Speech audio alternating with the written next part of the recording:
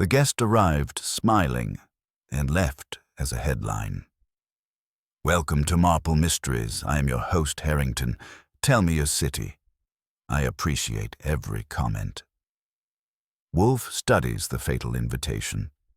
If there's one thing that can rattle the old man out of his orchid trance, it's a stranger in the dining room before the soup is on the table. That's how Tuesday started. I came down from my office about 3, thinking about a letter from Newark and a wife who'd eloped with a magician, and I found Fritz in the hall outside the dining room wearing the polite misery he saves for emergencies. The door was closed.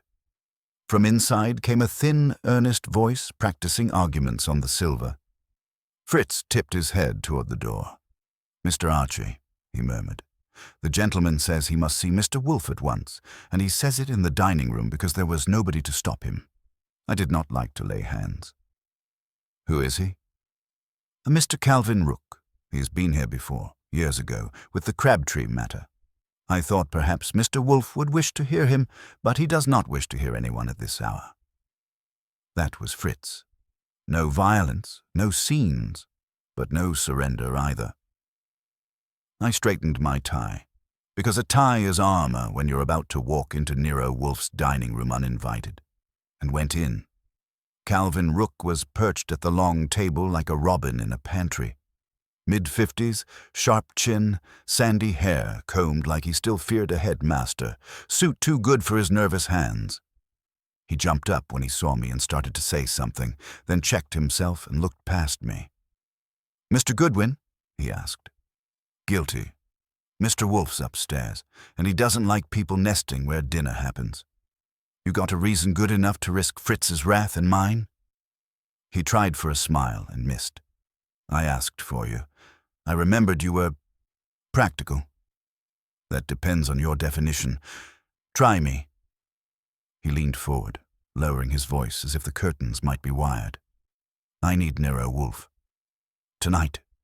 It concerns a dinner I'm giving. 8 guests. A 9th. Might be deadly." That line sounded rehearsed, and he looked like he hated it. His fingers worried the brim of his hat. "I'm not making melodrama, Mr. Goodwin. I simply don't know any other way to put it." "Deadly how? Poison, pistol, or just a personality?" He swallowed. "I think someone intends to kill me, or to ruin me in a way that's the same thing. Tonight's dinner is a trap, for me or for them, I don't know which." That was just enough to be interesting and not enough to be useful. The only thing you can do with it is carry it upstairs to the boss. Wolfe hates surprise more than he hates interrupting his schedule, so I had to decide whether to smuggle the surprise or chuck it whole. I went for smuggling. "Sit down. Don't touch anything," I told Rook.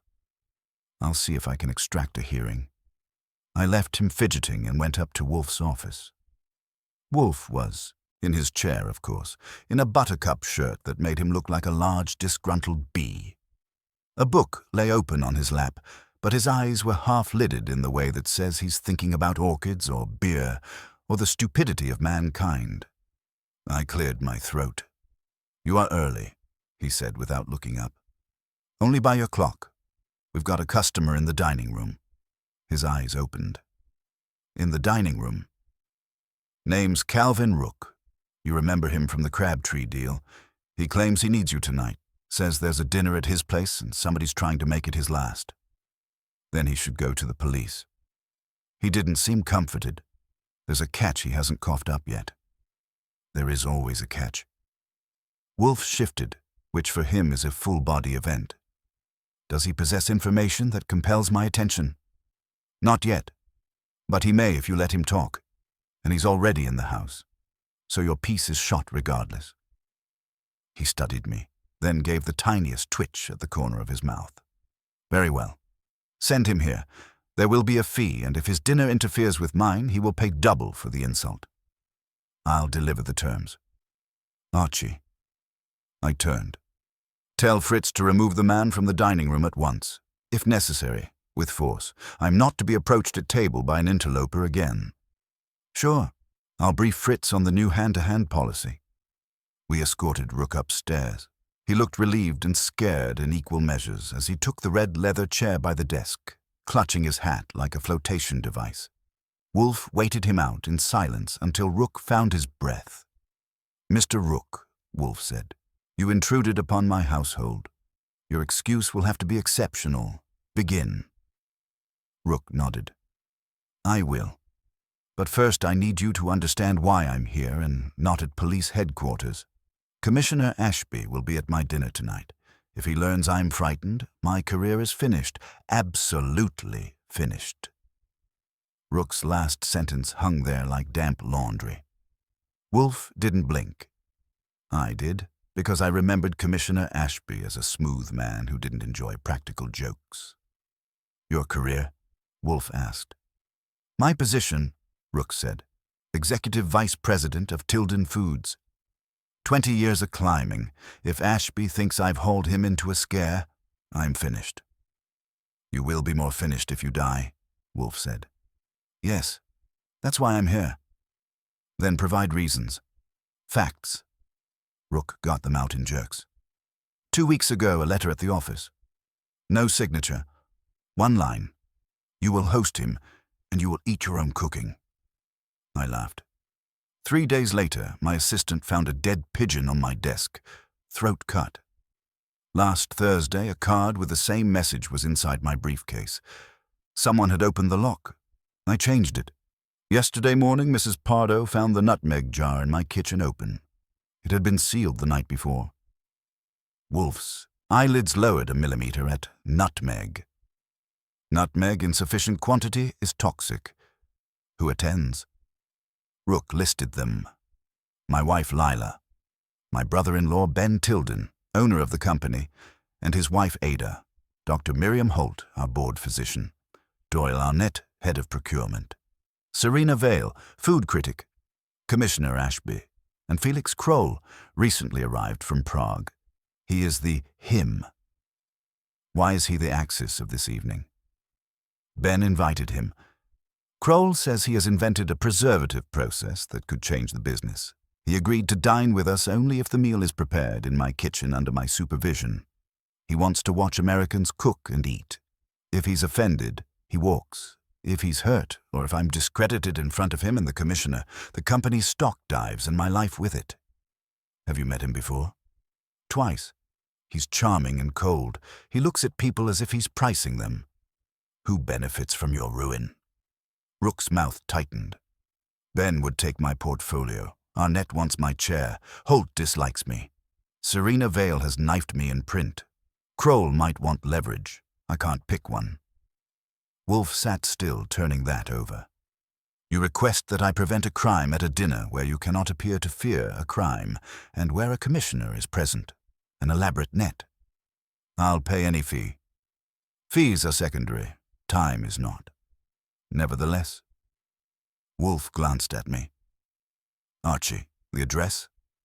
Rook gave it. Riverside Drive. You will return home, Wolfe told him. Change nothing. Mr. Goodwin will arrive this afternoon to observe your kitchen and your guests if possible. If I decide your tale is inflated, I will withdraw. You will also advance double my fee for infringing my dining room. Rook nodded. Money came out of his wallet fast, as if he wanted it off his conscience. He left with a bow that was half gratitude, half apology. When the door closed, Wolfe said one word. Nutmeg. Maybe your spice rack is in the plot, I said. Do not jest. An open jar implies intention, either to poison or to provoke fear of poison. In both cases, the dinner is the stage. You want Saul? Not yet. You will go. Examine the household. Learn what the nutmeg contains and who could have touched it. Report by 6. We will decide whether I must attend. I called Saul anyway because I've learned that not yet from Wolfe means soon, and I don't want to look eager. I told his office to keep him loose for a riverside dinner crisis.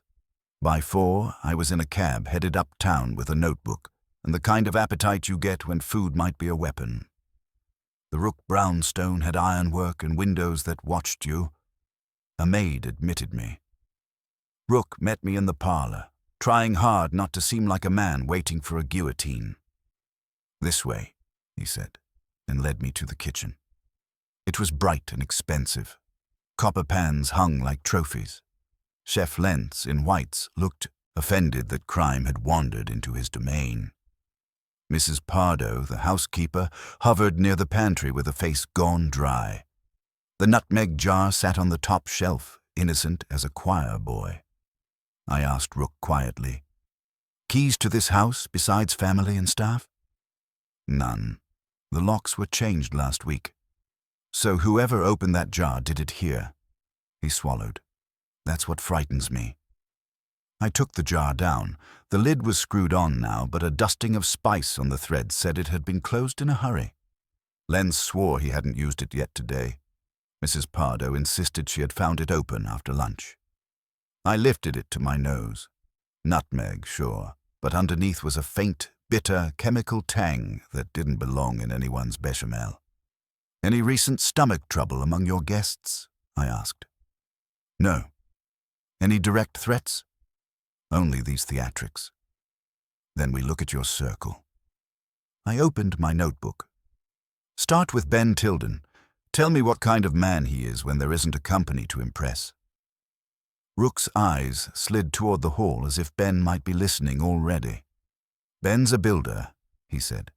"He started with a storefront on Canal and turned it into Tilden Foods.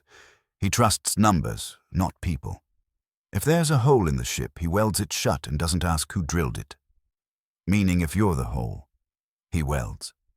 "Yes, but he's my wife's brother. He's never tried to hurt me." "Arnett?" Rook grimaced. "Doyle's hungry. Procurement is where the bones are buried, and he knows where they are. He thinks I blocked his promotion. Maybe I did." "Dr. Holt." "She's a surgeon who got bored and joined our board. Brilliant. Ice in the veins. She thinks I'm reckless about additives." "Serena Vale." "She reviews restaurants, not people. But if your name is on a label, she treats you like a menu item. She called my last product line Ambition in a Can." "And Kroll." Rook's voice dropped. "He walks into a room and makes you feel inspected. Ben thinks his process is gold. I think Kroll knows how to sell fear." I asked Mrs. Pardo to show me the pantry.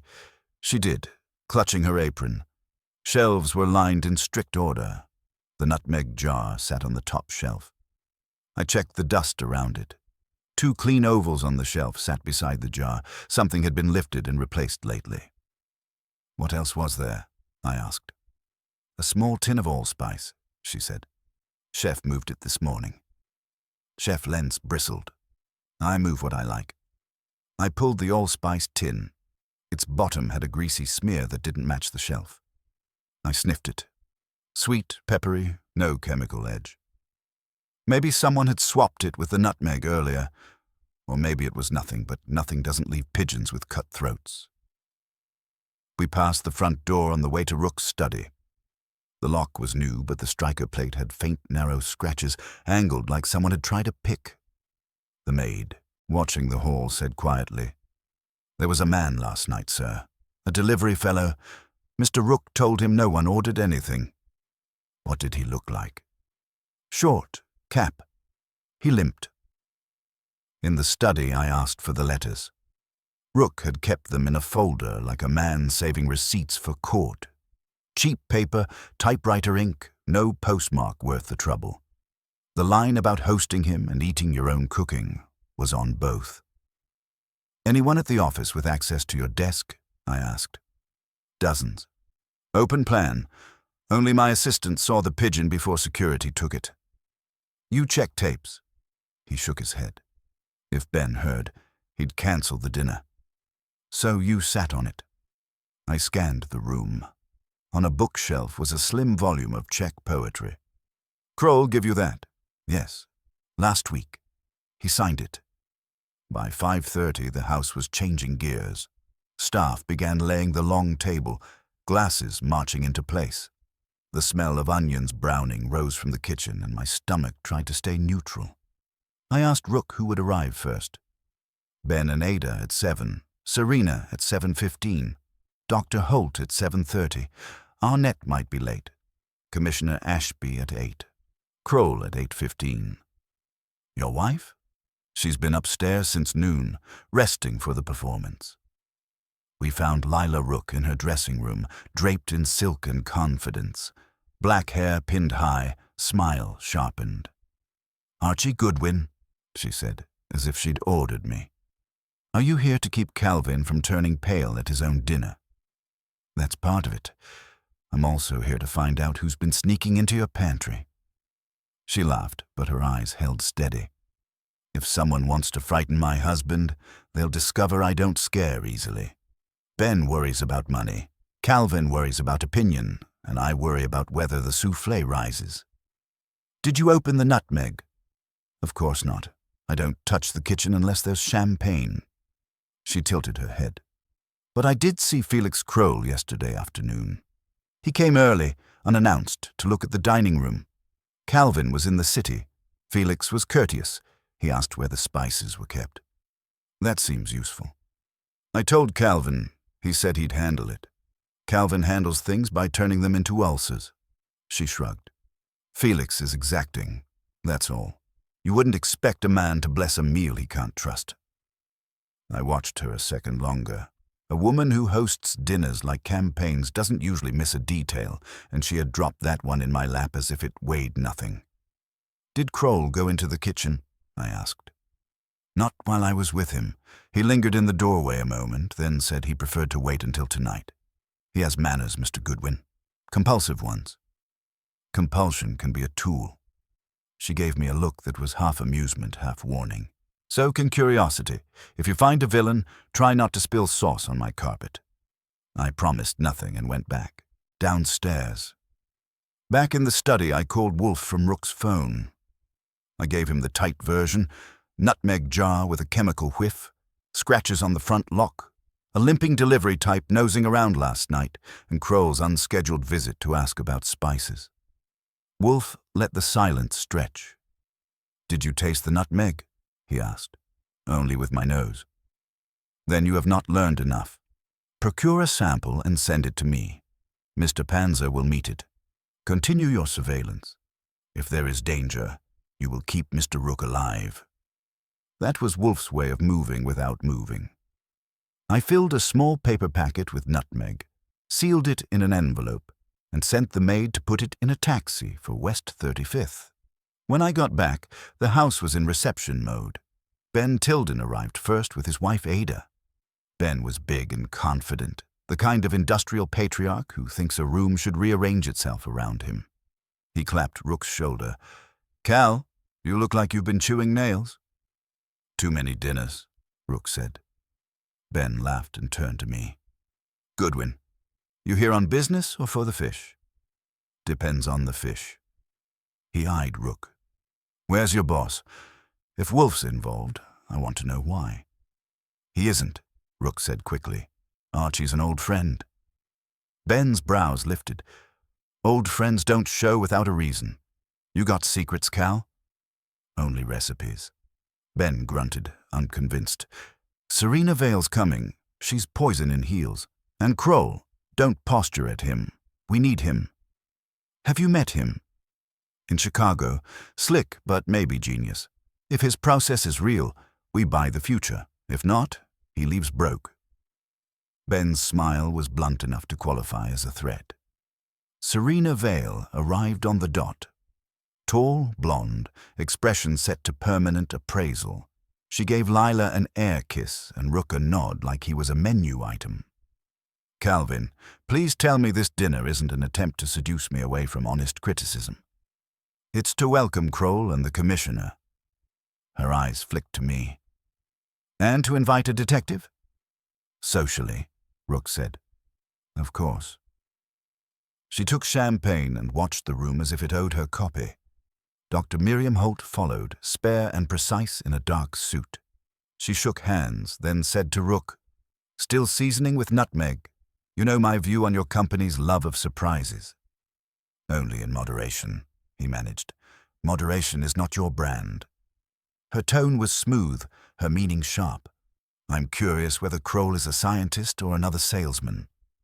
Doyle Arnett came 10 minutes late, laughing before he hit the carpet. He hugged Ben with a grin and slapped Rook's back. "Cal, you old emperor. Throne still warm?" "Wobbly." "Never. You're bolted in." Arnett chuckled, then drained his drink. Rook didn't. I let them mingle while I watched. Ben paid proprietary attention to Rook. Serena watched Ben. Holt kept glancing at the kitchen door, then at Rook's hands. Arnett watched Holt like a rival he couldn't size up. Lila floated among them, smoothing edges, her smile fixed but her eyes alert. Any of them could have opened a spice jar without leaving a sound. At 7:50, I ducked into the study and called Wolfe. I told him about Ben's impatience, Serena's detective sniff, Holt's needling, Arnett's big talk, and that Kroll had asked Lila about spices yesterday. "Has the commissioner arrived?" Wolfe asked. "Not yet." "Observe his greetings. Call me when Kroll arrives." I went back out as the bell rang. Commissioner Ashby stepped in, square-shouldered, grey-templed, calm enough to make everyone else feel guilty by association. He shook Rook's hand. "Good evening, Calvin. I trust this is pleasure, not promotion." "Just dinner." Ashby greeted Ben with extra weight, Holt with a lingering look of professional respect, Serena with a politician's smile, and Arnett with a quick shake and bare glance that said he already had him filed somewhere. I noted it for Wolfe. Ashby accepted a drink and made small talk the way a surgeon makes an incision, neat and on purpose. "You've been busy, Ben. I hear you're expanding the Jersey plant." Ben gave him a businessman's shrug. "If the market wants it, we'll feed it." "And you, Calvin, still riding herd on the new line?" Rook's smile held. "Trying to keep up with Ben's ambitions." Ashby's eyes flicked to Rook's face, not unkindly, but not missing anything. "Ambition is healthy. So is caution." For a second, Rook looked as if he might confess to the wallpaper. Then Lila slid in with a question about opera tickets, and the moment passed. I'd seen it. Ashby noted tension here and wanted a cause. The clock ticked toward 8:15. In the kitchen, Lenz began sprinting, lids clattering, ovens breathing heat. The aroma of roasting duck drifted out, enough to make me forget poison for half a heartbeat. Then I remembered the open jar and the pigeon, and I watched every hand near a glass. We were settling into the parlor when the final ring came. The maid announced Felix Kroll. Felix Kroll came in as if he had already measured the doorway and approved it. Mid-40s, compact, dark suit that looked tailored by a mathematician, hair black and neat, eyes pale and quick. His face held a faint smile that never rose to warmth. He shook hands where Ben indicated, but his gaze catalogued the room first. "Mr. Tilden," he said in careful English, "your home is more gracious than your telephone line suggested." Ben laughed. "Wait till you taste Calvin's duck." Kroll turned to Rook. "I'm eager to observe your American mastery of heat and timing. You promised me sincerity in the kitchen." "You'll have it," Rook said. "And you are?" Kroll asked me. "Archie Goodwin, friend of the family. I keep Calvin from burning himself on corporate hot stoves." His eyes narrowed a fraction. "Ah, a man who watches." We moved toward the dining room, but Kroll paused at the threshold. "May I see the kitchen before we begin?" Rook's jaw tightened. "Of course." Chef Lenz was waiting, already displeased by the idea of spectators. Kroll stepped in, hands behind his back, and toured the counters slowly. He leaned close to the spice shelf. "What is this?" he asked, lifting the nutmeg jar. "Nutmeg," Rook said. Kroll unscrewed the lid, inhaled, and let it hang open a beat. "Interesting." "Interesting how?" Holt asked from the doorway. "In my country, we say nutmeg is a liar," Kroll said. "It tells you warmth and gives you sleep." Lenz snapped. "It is fresh." I ground it myself. Kroll smiled at him. "Then I look forward to trusting you." He replaced the lid precisely and left. Rook exhaled hard. The chemical note in the air was sharper now. Kroll had either tested my suspicion or strengthened it. At the table, I sat between Serena Vale and Dr. Holt. Rook was at the far end with Lila on his right and Ben on his left. Ashby took the seat opposite Rook, and Kroll sat between Ben and Ada. Arnett planted himself across from Holt. Everybody was already in a contest. Soup came first, a chestnut bisque. I watched Rook's hands as he served Kroll. He hesitated at the spice tray, then set it down untouched. Kroll tasted, closed his eyes, and nodded once. No collapse. If there was a trap, it wasn't in the soup. Ben opened with figures, asking Kroll about yields and shelf life.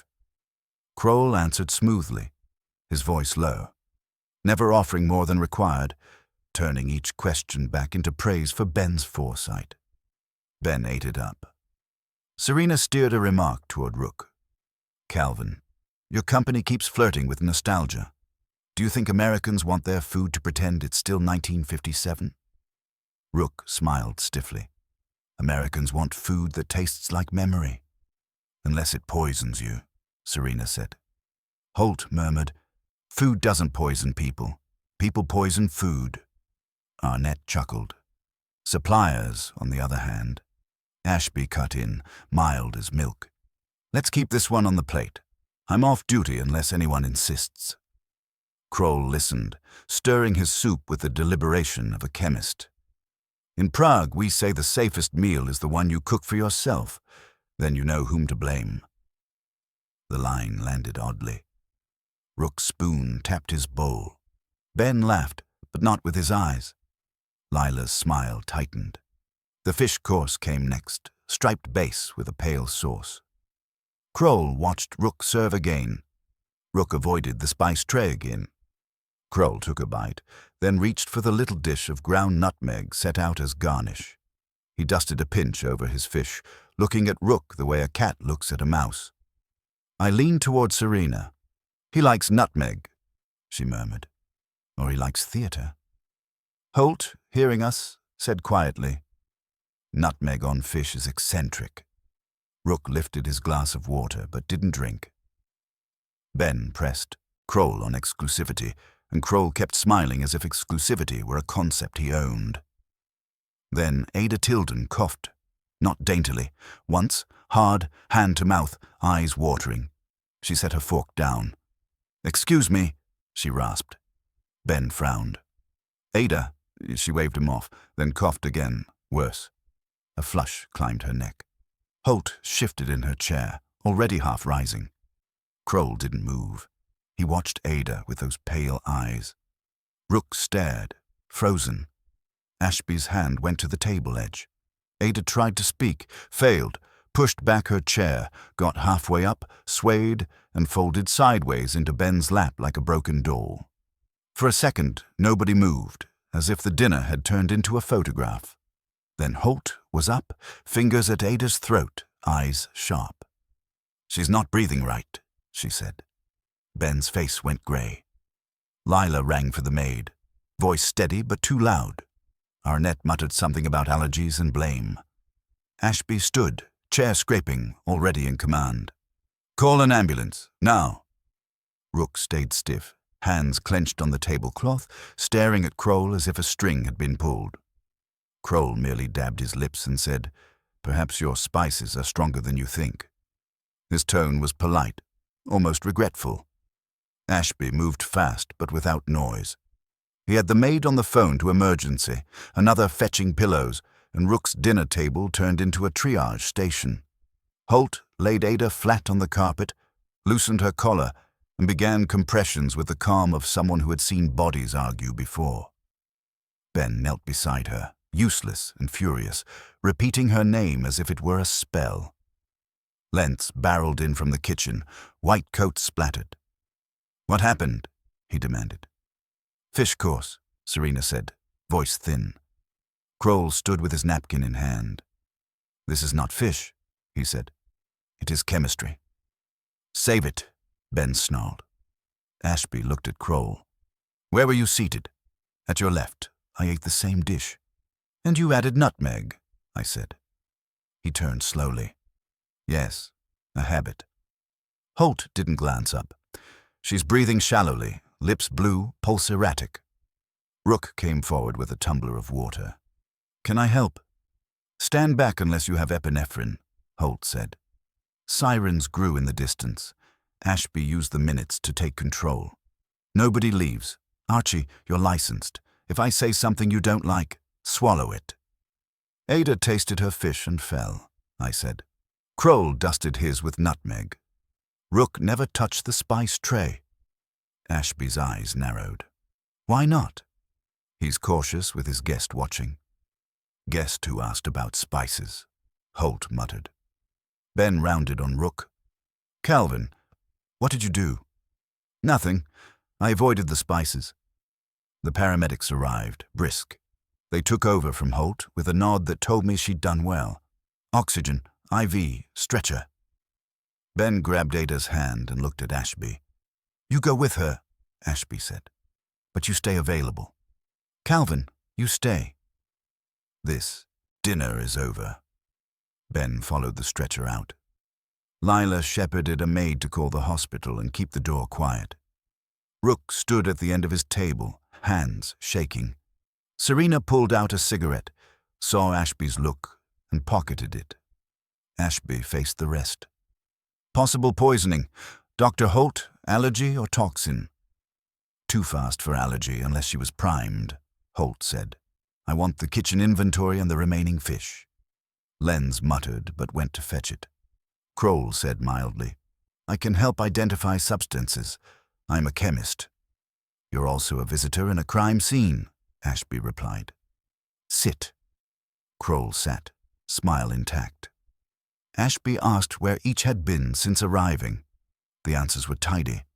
Serena in the parlor, Holt to the powder room with Lila, Arnett in the hall on a call with the maid in sight, Kroll in the kitchen then at table, Lila dressing upstairs then hosting, Rook supervising the kitchen and reception. Neat stories, all with a witness, which meant either innocence or rehearsal. Ashby turned to me. How long have you been on this? Since this afternoon. He got threats and didn't tell me. His voice stayed civilized. You see why that annoys me. I'm not in the business of pleasing commissioners. Tonight you might start. If this is corporate warfare, I want it clean. Lenz returned with a tray, the remaining fish, sauce boat, spiced dishes, and the nutmeg jar. Ashby told the paramedics to take them for lab work. Holt leaned in, sniffed the nutmeg, and frowned. There's something sharp here. Not nutmeg. She touched the thread residue with a gloved finger and tasted a speck. Her pupils tightened. Bitter alkaloid. Possibly strychnine or a cousin. Rook went white. Serena whispered, That's a real dinner guest. Kroll said softly, Strychnine is not subtle. Your cook would notice. Unless it was put there to be noticed, I said, or to be blamed. Ashby's gaze flicked between us. Goodwin, you're thinking out loud. Commissioner, I need to call Wolfe. He hesitated, then nodded. Short. I ducked into the study and dialed Wolfe. Ada Tilden collapsed after the fish. Holt thinks the nutmeg's been dosed with a bitter alkaloid. Kroll handled the jar and used it on his plate, no effect. Ashby's running the scene. Wolfe let silence do its work. Did Kroll eat the nutmeg? Yes. Then either the poison is not in the nutmeg, or Kroll is protected. The second possibility is intolerably interesting. Remain calm. Admit nothing. I will come. I went back to the dining room with Wolfe's words buzzing in my ear. The air had changed. The good smells were still there, but now they felt like decorations at a wake. Arnett was talking too much to Serena, offering theories and alibis like appetizers. She listened with a critic's patience that meant she was filing every tremor. Holt stood by the sideboard, staring at the empty spice shelf in her mind, lips pressed tight. Lila hovered near Rook, steadying him with a hand he didn't seem to notice. Ashby watched them all, and I could tell he was to watch me. The wait for Wolfe felt longer than it was, because a parlor full of suspects makes minutes stretch. Ashby had moved everyone off the dining room like a shepherd with a badge, sealing the kitchen and posting uniforms in the hall. The good smells from the ovens drifted in anyway, cozy and wrong. Rook stood by the mantel, pale but trying for hostly posture, while Lila kept a hand on his arm. Ben was at the hospital with Ada, leaving his empty chair at the table like a warning.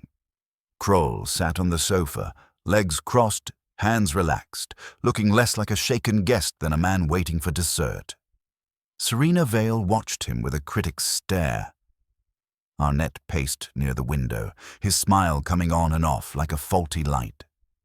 Dr. Holt remained still as a scalpel, giving every face a professional once-over. Ashby asked me in a low voice, "You're sure you smelled something on that nutmeg before the meal?" "Sure enough to call Wolfe," he grunted. "Then somebody wanted it noticed." The bell rang at 9:35. Nero Wolfe came in with Saul Panzer at his shoulder, both of them calm as if they had strolled into a chess match. Wolfe removed his coat, accepted the broad chair Ashby offered, and once he sat, the air leaned toward him. "Commissioner Ashby," Wolfe said almost pleasantly. "Your presence is inconvenient, but not surprising." Ashby's mouth tightened. "I didn't know you were on this. My assistant is here and my client has been threatened." Wolfe looked at Rook. "You omitted the likelihood of immediate violence." Rook's voice shook. "Ada collapsed. They think poison." "Think less. Learn more," Wolfe said. "Archie," I summarized. "The anonymous letters, the dead pigeon, the nutmeg jar found open with a chemical edge, scratches on the front lock, Kroll's spice interest, the dinner, Kroll dusting nutmeg on his fish, Ada collapsing, Holt's bitter alkaloid suspicion." Wolfe listened without moving, only narrowing his eyes when I mentioned Kroll opening the jar in the kitchen. When I finished, Wolfe addressed Ashby. "I require that these people remain for 1 hour. If you must arrest someone, do so after I have interrogated him." "You don't command my investigation," Ashby said. "I command my own. Cooperation is rational." After a beat, Ashby nodded. 1 hour. Wolfe folded his hands. "Mr. Kroll, you opened the nutmeg jar in the kitchen, then ate from it. Why?" "To smell it, to know the kitchen standards. I added it because I like it." "And you suffered no harm," Wolfe said. "Either the nutmeg was not the poison, or you are protected from it. Which is it?" Kroll's smile stayed thin. "If it were poisoned, I would be dead." "Chef Lentz," Wolfe said. "Who touched that jar today?" "Me and Mrs. Pardo. Mr. Rook watched, that is all." "Yesterday?" "The same." "No one else?" Lentz's glare slid toward Kroll. Lila said, "He asked me about spices yesterday." "I asked," Kroll said. "I did not touch." Wolfe nodded once. "Dr. Holt, you detected bitterness on the lid? You could obtain alkaloids legally.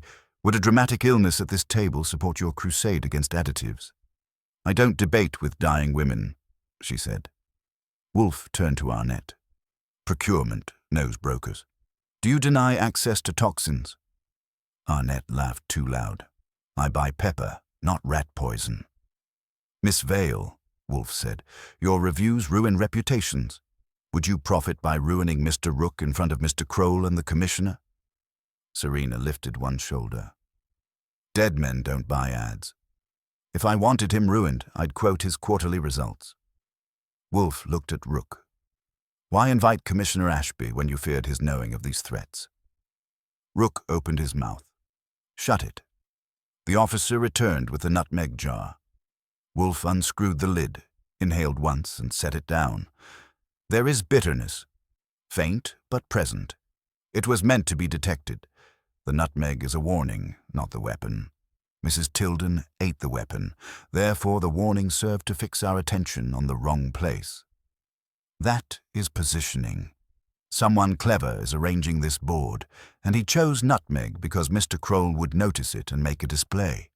The next move will not be subtle." Commissioner, I suggest you keep your people in the house and your laboratory fast. I want the fish source tested as well, and I want the ambulance report before midnight. Ashby stared, then said, "You're assuming there'll be a midnight." "I'm assuming," Wolfe replied, "that the person who staged this will try again while the pattern is hot. He may strike at Mr. Rook, or he may strike at Mr. Kroll, or he may strike at the man who owns the company and is now distracted at a hospital. The common thread is power over Tilden Foods. Archie, stay here. Saul, find out where Ben Tilden went in the last 24 hours, and who called him today. Mr. Rook, you will tell me what you have concealed, and you will do it now." Wolfe's demand hit Rook like a cold towel. Lila stiffened, but he lifted a hand. "All right," he said hoarsely. "There's something I didn't tell you. 3 months ago in Montreal, a man offered me a side contract. He said he represented a European lab and wanted our shipping data and preservative trials off the record. I refused. The man was Felix Kroll." Kroll's pale eyes didn't widen. Only his chin rose. "That is a lie." Rook shook his head. "It isn't. You said you could make me rich. In return, you wanted leverage on Ben. I told you no. Then the letters started." Wolfe regarded Kroll as if weighing produce. "You approached him privately before your official invitation." "Why?" "I spoke to many executives," Kroll said. "I do not remember all refusals." "Convenient," Wolfe agreed. He turned to Ashby. "Commissioner, note that Mr. Kroll is now in the arena as more than guest. Mr. Rook, did you report this approach to Mr. Tilden?" "No. If Ben thought I'd been offered a private deal, he'd suspect me of taking it." "Appropriate fear," Wolfe said, "and a motive for someone to use your silence."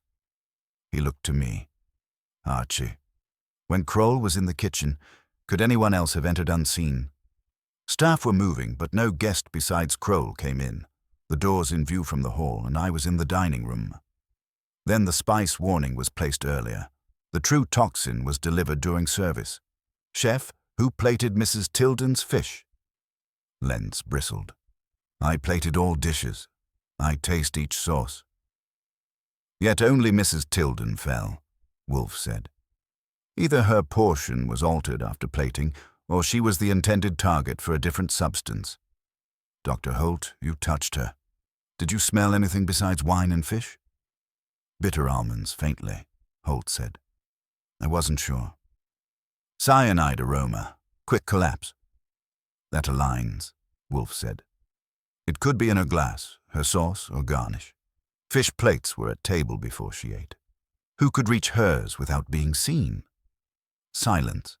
Then Serena said, "The only person who leaned over me was Doyle Arnett. He was telling me some joke about suppliers." Arnett stopped pacing. "I leaned over your chair because you were hogging the salt." "You didn't ask for salt," Serena said. "You asked if I believed in miracles." Arnett's cheeks flushed. "I didn't touch Ada's plate. I didn't even like her."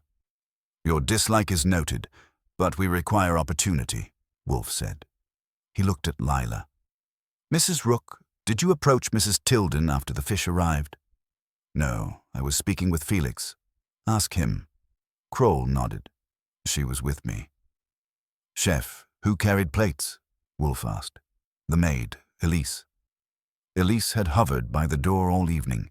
She gasped. "I carried them, sir. I set each plate where Mr. Rook pointed." "Did anyone stop you?" She shook her head. "Mr. Arnett said something when I passed, but I didn't stop." "What did he say?" "He asked if the sauce had nutmeg.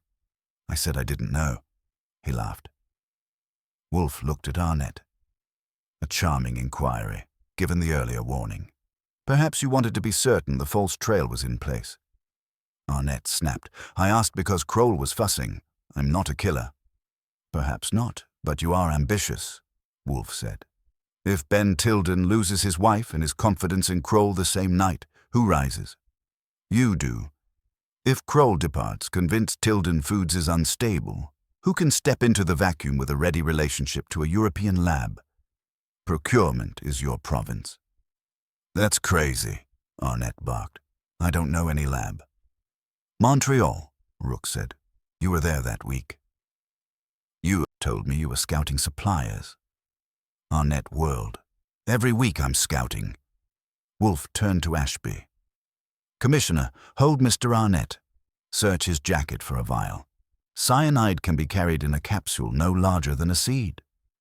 Ashby nodded to an officer. Arnett backed up, then bolted for the hall. The officer grabbed him. Arnett swung a fist. Another officer joined and they pinned him. A small object clattered to the rug. I scooped it up, a tiny glass ampule sealed with wax. Holt sniffed it and went pale. That's cyanide. Arnett sagged. I was holding it for someone. For Kroll. He gave it to me, said it was a stimulant, I swear. Kroll's mouth curled. Now you lie for your life. Wolfe's voice was mild. Mr. Arnett, your oath is unpersuasive. Commissioner, you have your man. Yet I suspect he is not the mastermind. The warning letters, the staged nutmeg, the pigeon, those required patience and theatrical instinct. Mr. Arnett has neither. Ashby took the ampule in a handkerchief and read Arnett his rights. The room loosened, but not enough to breathe. Wolfe's eyes stayed on Kroll, then drifted to Dr. Holt and Serena, as if testing their weight on a scale. We have a tool, he said softly. Not yet the hand that wielded it. Someone used Mr. Arnett's hunger. We will find who fed him before this night ends. Arnett was hauled out, still protesting, and the parlor felt bigger without his noise.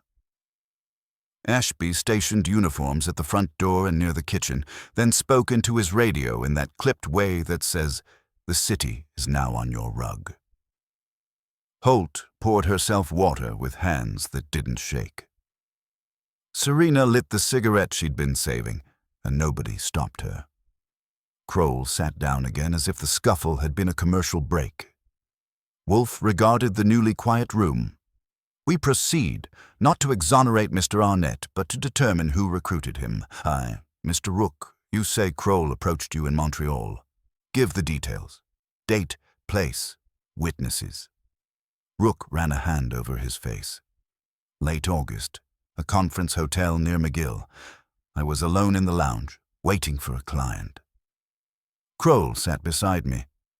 He said he knew my work at Tilden Foods, that I was underpaid, underused. He offered a private royalty arrangement if I supplied him internal data. There were no witnesses I knew. I refused, left. 10 minutes later, I saw him speaking to Doyle Arnett at the bar. Kroll's pale eyes didn't widen. Only his chin rose. This is a tapestry of resentment. I was in Montreal for a symposium on food safety.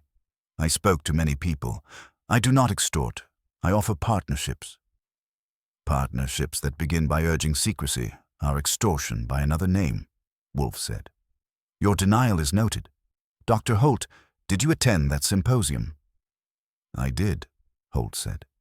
I lectured. I remember Kroll. I don't remember Calvin Rook being there. He was not on the program, Kroll said. Holt's mouth tightened. Your session was poorly sourced. Madam, your temperament is poorly sourced, Kroll said. Enough, Ashby snapped. Wolfe nodded once. We accept Mr. Rook's testimony provisionally. He saw you with Arnett. If true, Arnett may have been in your orbit long before tonight. Yet he claims you handed him cyanide as a stimulant. Either he is a fool or a liar. I presume the latter. Mr. Kroll, would you risk giving poison to a procurement executive you barely know? Kroll smiled faintly. Of course not. Then someone else gave it to him, Wolfe said. Someone who could disguise cyanide as something benign. Mrs. Rook, you manage this household. You knew the guest list, the timing, the seating. Who suggested that Mrs. Tilden sit where she did? Lila's chin lifted. Calvin did. Did you object? No. Ada likes Ben at her right. It was natural. Naturalness is a convenient cloak, Wolfe murmured. Archie, did anyone besides Arnett approach the plates? Not that I saw, but Elise said Arnett spoke to her as she carried them. That could have slowed her, giving someone behind him a second. Wolfe's gaze slid to Serena. Did anyone brush past you as the plates arrived? Serena frowned. A hand touched my chair as Elise passed. I assumed it was hers. It might have been Lila's. She was behind me, moving toward Kroll. I never neared Ada's plate, Lila said sharply. We are not accusing, we are placing, Wolfe replied. Earlier you said Mr. Kroll asked about spices yesterday. Did he ask you alone? Yes. Calvin was out. Did you tell Mr. Tilden? I told my husband. Ben doesn't like domestic trivia. Yet you mentioned it to Archie today. Why? Because he asked questions. Saul Panzer returned, coat still on, hat in hand. After a nod to Wolfe, he said, I spoke to Ben at the hospital. Ada's in intensive care but stable. Ben said Arnett called him at noon today, insisted he bring Ada to dinner no matter what, said it would look disloyal if she stayed home.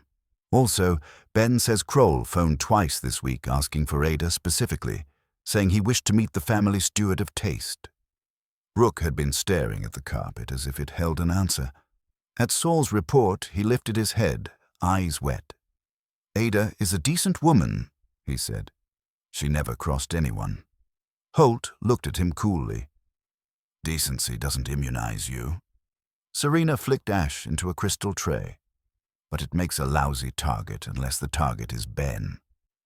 Kroll's gaze slid toward the doorway Ben had used, and I saw impatience there, a quick tightening at the jaw, as if the hospital had interrupted his timetable. He smoothed it away when he noticed me watching. Wolfe's brows rose a fraction. Mr. Kroll, why the interest in Ada Tilden? Kroll spread his hands. She is the owner's wife. In my world, wives judge. Or a convenient victim's, Wolfe said softly. Commissioner, I want the Montreal hotel records, and to know who paid Arnett's bar bill that night. Ashby nodded. I'll see what I can do. And I will try something more pointed, Wolfe said. Mr. Kroll, half an hour ago you implied Americans should eat their own cooking. That phrase mirrors the anonymous letters. Explain the coincidence. The room went still. Kroll's smile thinned to a line as he finally looked, for the first time, like a man who might be cornered. Kroll let the question sit, then answered as if he were teaching a slow student. It is a proverb in my country. I said it because the situation invited it. I had no knowledge of your letters. Wolfe's eyes stayed on him.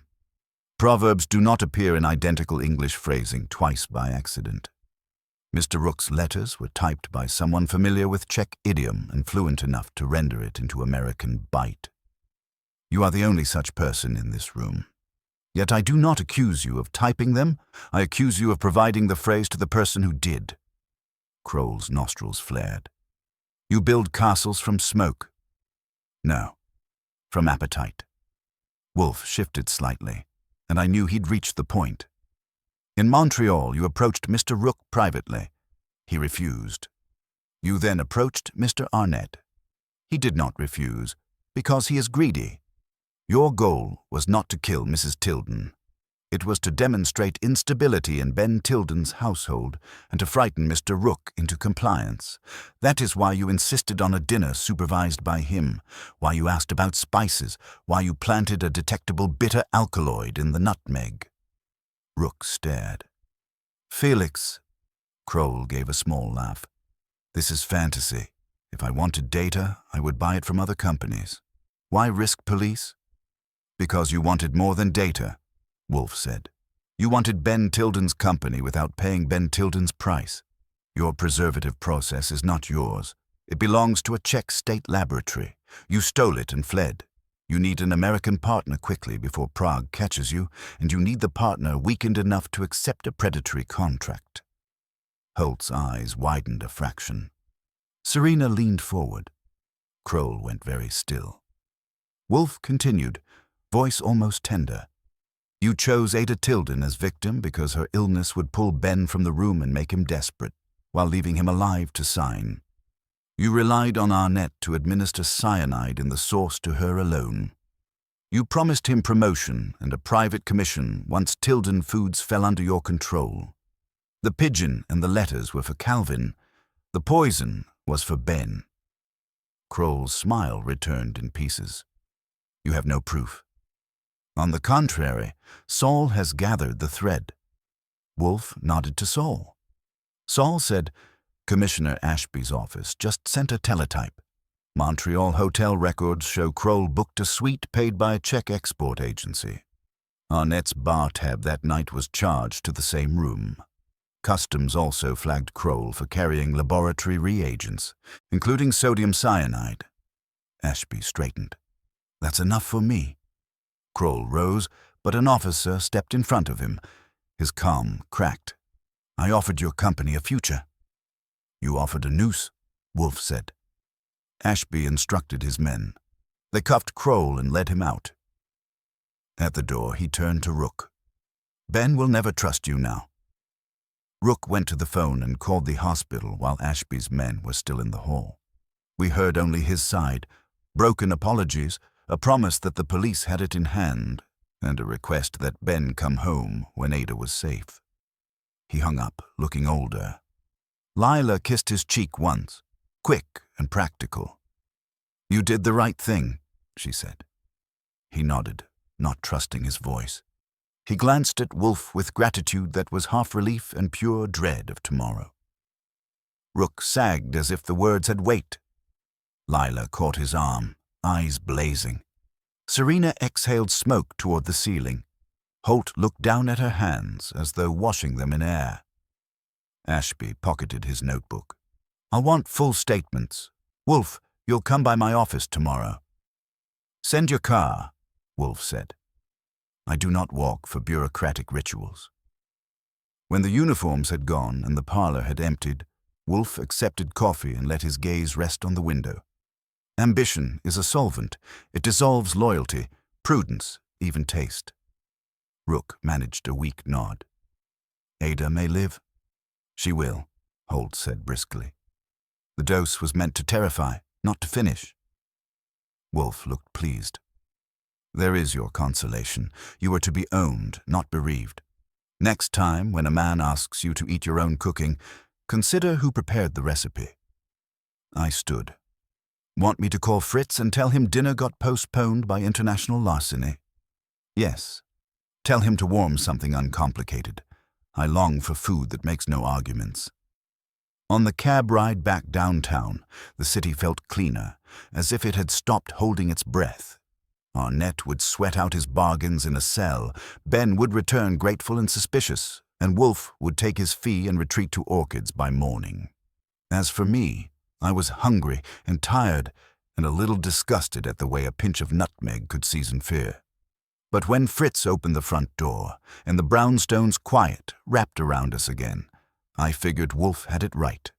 Food should be honest pleasure. If you use it to trap people, you deserve to choke on your own cleverness. Morning in the brownstone comes the same way whether you've spent the night watching orchids or watching people try to kill each other with seasoning. Quiet, smells of coffee, and Fritz acting as if the world is orderly when he polishes it. I was at my desk by 10, typing my report and trying not to remember fish sauce. Ben Tilden called once, gravelly with thanks, and promised a check big enough to make Wolfe's chair purr. Saul Panzer called next to say Kroll was in federal custody and Arnett in a city cell, both of them suddenly short on charm.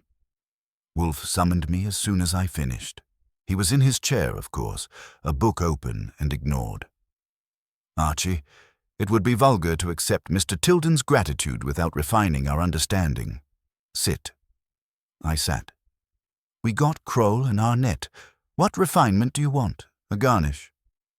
The garnish is often the point, he said. There is a detail unstated last night. Most crimes are barters. I want to hear the currency. Arnett chased promotion. Kroll chased a company. That seems like currency. Superficially. But how did Kroll pay Arnett at the outset? Not with cyanide. With a phrase. I blinked. Eat your own cooking. Precisely. It is a proverb of his language, but he did not translate it in Montreal for sport. He used it as a sign, a password.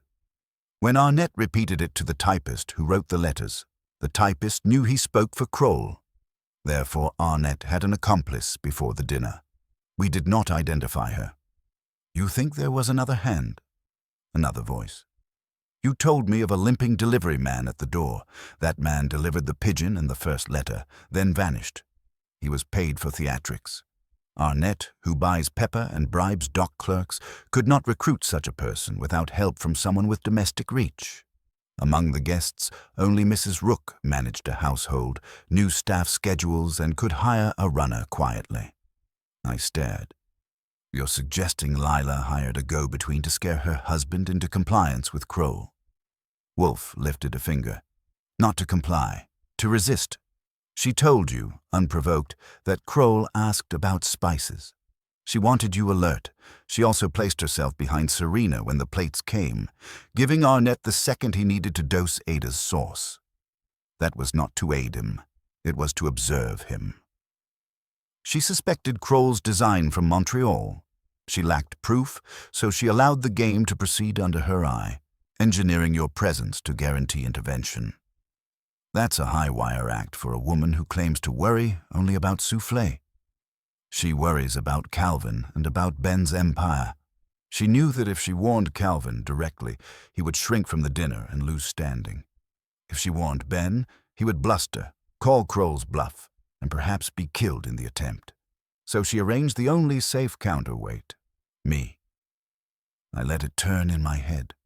It fit her steadiness and the way she fed me Kroll's spice question like a breadcrumb. It also made my stomach twist, the way any plan does when people risk their lives to keep their world from collapsing. Wolfe watched me. You are thinking that I accuse her without evidence. I do not accuse, I infer. My inference will remain private unless she confesses. She will not. Her motive is protective, and her methods, though hazardous, were not criminal in intent.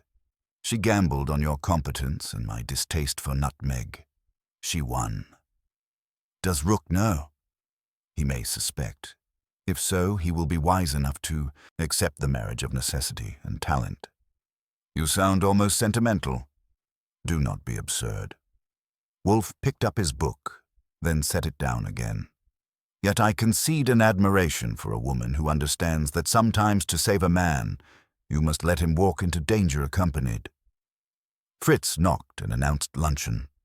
Wolfe ate trout with no spice more provocative than pepper, then leaned back satisfied. There is a lesson, Archie. Appetite can elevate us, but ambition uses appetite as a leash. Kroll was hungry for dominion, Arnett hungry for advancement, even Rook hungry for approval. When desire exceeds decency, the palate becomes corrupt, and a corrupt palate will swallow anything. I looked at my empty plate and thought about Ada in a hospital bed. Ben rattled but alive, Calvin humbled but intact, and Lila smiling with that calm fire. The city would spin on, and the papers would call it misfortune or madness, but I knew better. It was strategy in a dinner jacket, and Wolfe had trimmed it down to motive and method for all of us. Next time somebody asks me to eat my own cooking, I said, I'm ordering takeout. Wolfe closed his eyes, not quite smiling. See that you choose a restaurant of integrity. And maybe one that doesn't keep nutmeg on the shelf, I said, just to be safe.